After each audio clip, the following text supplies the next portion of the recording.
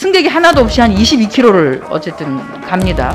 운전기사 혼자서 운행을 하시는 거죠. 990번 같은 경우에는 한 번 운행하고 다시 충전하고, 충전 한 번 할 때 1시간 이상이 드는데 충전소는 또 딱 한 번밖에 없어서 이게 사실 충전 인프라가 더 걱정이 되는 상황이기도 합니다. 1월부터 추진을 하시겠다고 했는데 아직 설치 부지에 대한 협의도 아직 좀 안 끝난 상태라서 사실 좀 걱정이 됩니다.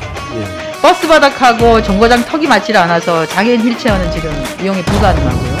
40억 원을 들여서 시범용으로 6개 정류장에 스크린 도어를 설치를 했는데 아시다시피 굴절형 버스는 문이 3개입니다.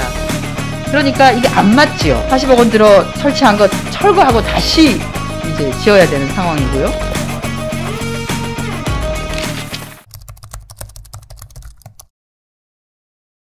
올해 1월에 이제 국토부 대도시, 그러니까 대광위하고 그리고 행복청하고 세종시가 함께해서 세종시의 내부 순환망하고 하나는 또 대전하고 정부 세종청사 오송을 오가는 광역망 BRT를 개통을 하셨습니다. 행사도 좀 크게 하시고 하셨는데요.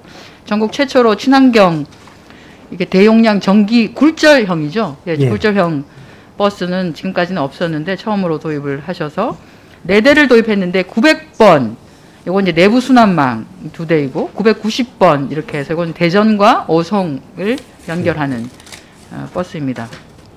가격이 뭐 다른 버스하고는 좀 다르니까 비싸죠. 굴절형이고 많이 들어가는데 한 대당 8.9억 원, 한 9억 정도 하고요. 입석을 포함해서 84명까지 승차가 가능한 대형 버스입니다. 관련해서 LH 지원금은 총 한 180억 정도를 잡고 있는 것으로 알고 있습니다. 근데 이게 그 1월 달에 도입을 하고 실제 노선 운행표를 저희가 좀 봤는데 이게 제가 지적을 합니다만 실제 방송에서도 한번 지적이 된 적이 있습니다. 그래서 990번 광역망의 경우에는 충정소가 있는 차고지에서부터 오송역까지 이게 승객이 하나도 없이 한 22km를 어쨌든 갑니다. 운전기사 혼자서 운행을 하시는 거죠. 그리고 오송역에서 반석역까지는 승객을 태우고 32km를 가고 다시 반석역에서 오송역까지 32km를 한 차례 운행을 하고 다시 차고지로 22km를 역시 운전하시는 분 혼자서 돌아옵니다. 그러니까 64km를 운행하기 위해서 44km는 빈차로 운행을 하는 건데요. 한 대당 하루에 딱 2번 합니다. 아침 출근 시간, 저녁 퇴근 시간. 그래서 이게 사실 조금 효율적이라고는 현재로서는 보기가 굉장히 어렵습니다. 거기에다가 그 내부 순환망을 도는 2대, 이건 이제 900번 버스인데요. 이것도 역시 마찬가지로 전체 노선의 한 3분의 1 정도 되는 한 7km 정도는 정류장이 아예 하나도 없어서 한 대당 이거는 이제 하루 한 17번 정도를 순환하는데 그러면 224km는 그냥 의미 없이 연료를 소모하는 방식입니다. 물론 이제 전기를 소모하는 방식이겠죠. 전기차니까. 극역선은 이게 한 220km를 운영하도록 되어 있는데 이게 73km 정속 주행하고 공차이고 공조를 미가동했을 때이기 때문에 실제 사람을 태우거나 공조를 돌리거나 하게 되는 경우에는 효율이 한 60% 조금 남짓 나올 거라고 봐집니다. 그 정도가 정상이죠. 그래서 990번 같은 경우에는 한 번 운행하고 다시 충전하고 한 번 운행하고 충전하고 해야 되는데 실제 충전 한 번 할 때 1시간 이상이 드는데 충전소는 또 딱 한 곳밖에 없어서 이게 사실 충전 인프라가 더 걱정이 되는 상황이기도 합니다. 여기다가 오늘 이제 올해 8대를 추가로도 도입한다고 하셨는데 그러면 10대가 운행이 되려고 하면 충전소와 관련한 것이 정리되지 않으면 충전이 되지 않은 상태로 운행이 되는 문제도 발생할 수 있다고 봅니다. 근데 지금 오송역에 충전시설 확충 계획이 있으십니다만 그리고 1월부터 추진을 하시겠다고 했는데 아직 설치 부지에 대한 협의도 아직 좀 안 끝난 상태라서 사실 좀 걱정이 됩니다. 시장님. 그래서 이 상태인데 8대가 추가 지금 도입된다고 하고 있어서 과연 8대가 도입이 됐을 때 정상 운행은 가능할지 지금과 같은 노선과 이런 상태에서 그런 걱정이 좀 된다는 말씀을 드리고요. 나중에 대책을 좀 말씀을 해주시면 좋겠고요. 또 하나는 기존에 이제 도입을 하실 때 기존에 있었던 인프라하고 조금 뭐랄까 이렇게 잘 정합된다고 해야 될까요? 이게 좀 검토가 됐으면 좋은데 버스 바닥하고 정거장 턱이 맞지 않아서 장애인 휠체어는 지금 이용이 불가능하고요.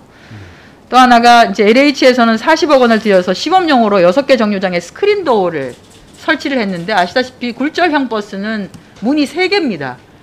그러니까 이게 안 맞지요. 안 맞아서 40억 원 들어 설치한 거 철거하고 다시 이제 지어야 되는 상황이고요.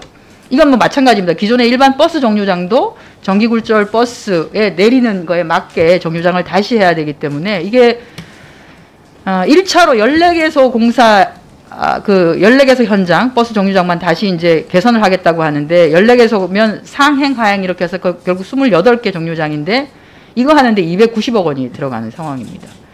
그러니까 이게 계획 단계에서 조금 더 정합성 있게 조금 더 이렇게 관계기관들이 협조가 잘 됐으면 이게 이제 시민들이 보기에는 이게 어찌 보면 보도블록하고 뭐가 다른가 이렇게 생각하실 수도 있을 것 같거든요. 한지 얼마 안 된 멀쩡한 것이 다시 폐기가 되고 또 다시 하는구나 이런 게 되어 있어서 지금 현재 지금 문제는 이제 8대가 추가적으로 들어오는데 충전소 문제 부분이 해결이 안 돼 있고 지금 현재의 노선으로 보면은 노선에서 그냥 빈 공차로 운행하는 시간도 너무 긴 상태라서 노선 변경과 정류장 추가 도입 등 여러 가지가 좀 복합적으로 다시 검토가 돼야지만이 조금 더 효율성 있게 이게 진행이 될 수 있을 거라고 봅니다. 그래서 여기서 요 관련해서 시장님의 계획과 변동이나 이런 것들 한번 말씀을 해주시면 좋겠습니다. 우선 BRT라는 좀 특수한 시스템을 우리 시에서 도입을 했는데요.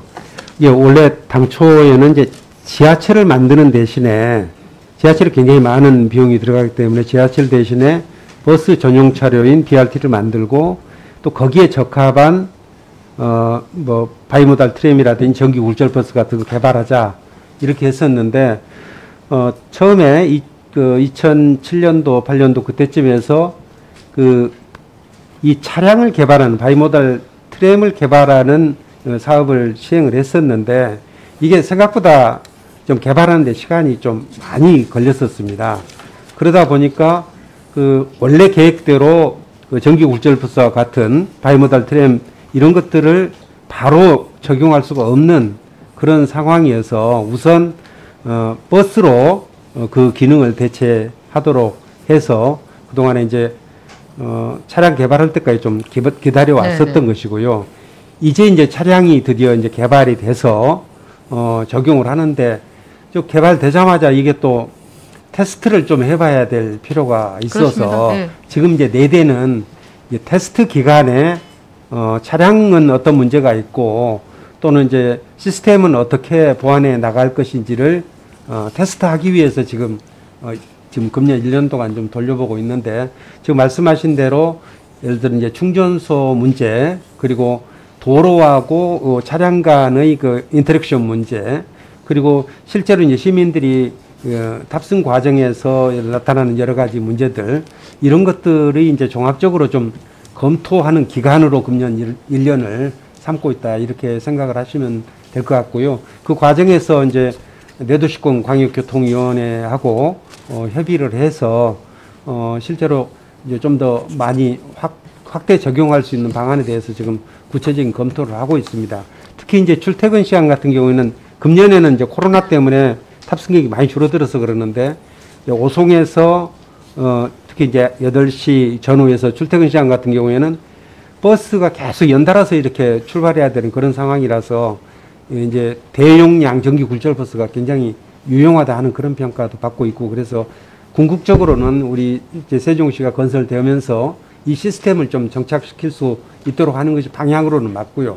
다만 여러 가지 문제점들이 이제 지적이 돼 있기 때문에 그런 문제점들은 좀 하나하나 좀 찾아내서 해소하는 그런 과정이 있다 이런 말씀을 드리겠습니다. 이제 검토가 되고 있습니다. 예.